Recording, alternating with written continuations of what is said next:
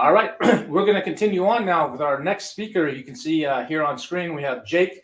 Jake is from Fortunet. Jake's coming to us from Israel right now, and Fortunet is based in Israel. And if you haven't heard of Fortunet, they're an investment bank and a seller representative. Basically, they help sellers maximize their value when they're selling their company.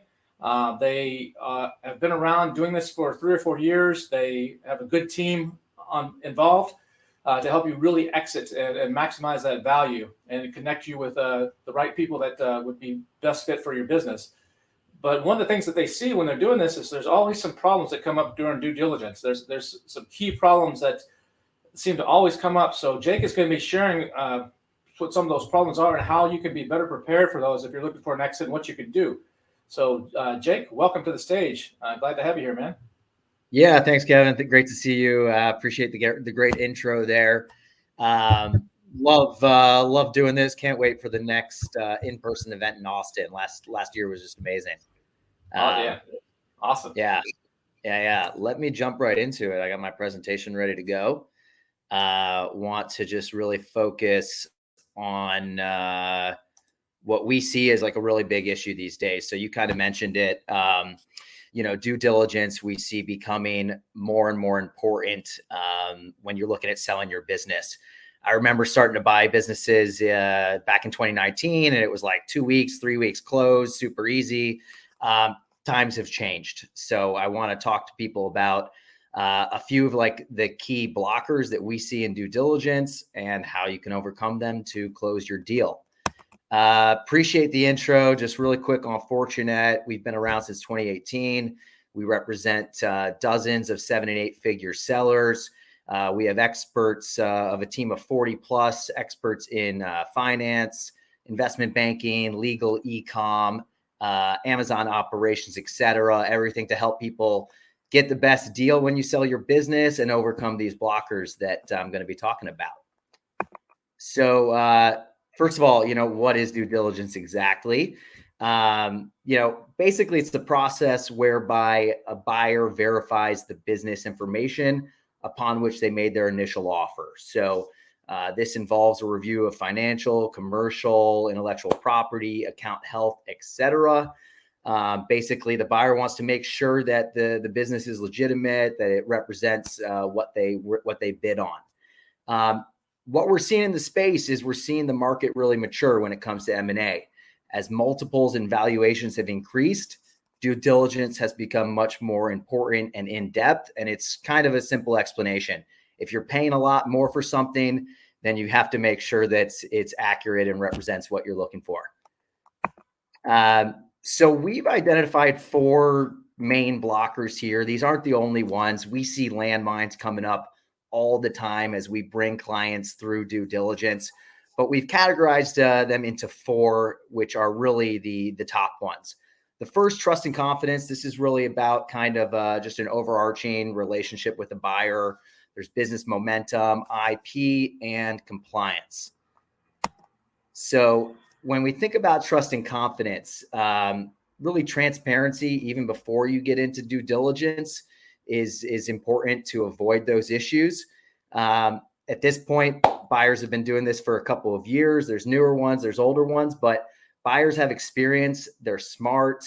They're probably going to uncover issues. So you can't hide them.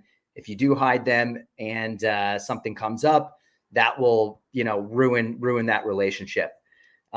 We believe in disclosing and discussing potential issues prior to the LOI.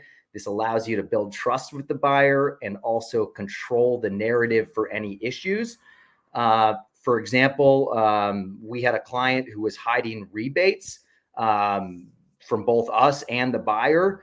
The buyer discovered it in DD and it almost killed the deal over something which really wasn't a big issue. So if you're hiding something small, they're going to think, what else that's bigger might that seller be hiding? Business momentum. This is super crucial nowadays. We've seen kind of a tough 2021 for a lot of people between supply chain, inbounding restrictions, etc. So we find nowadays more than ever, business momentum is crucial to maintain through to closing. we look at a few key indicators when we think about momentum. There's like, how was the last couple of months versus the few months before that?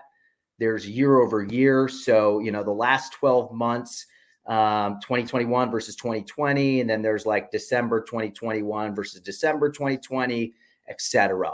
All of that, of course, adjusted for seasonality.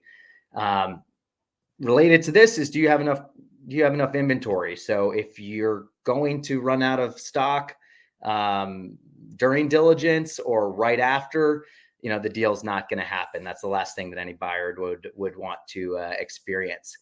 And if you are experiencing negative trends, it might actually just be better to wait and hold off, stabilize the business, reverse the trend to positive, and then look at an exit. If you are experiencing a negative trend, you really lose control and you're not going to be in the driver's seat. Whereas if you're growing, you're going to be in demand and in a lot more control.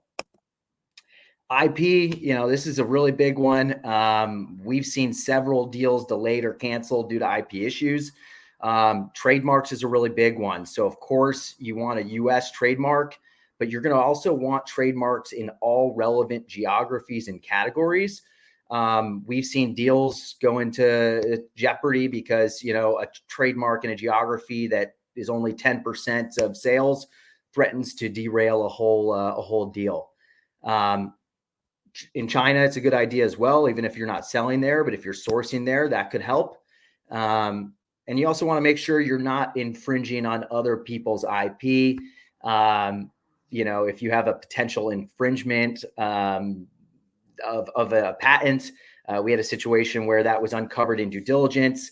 What we actually did is we went and changed the design of the product, created a new patent for the client. So we went from an infringement to additional intellectual property, which actually sold the business at probably a higher valuation. So we turned that into an advantage there.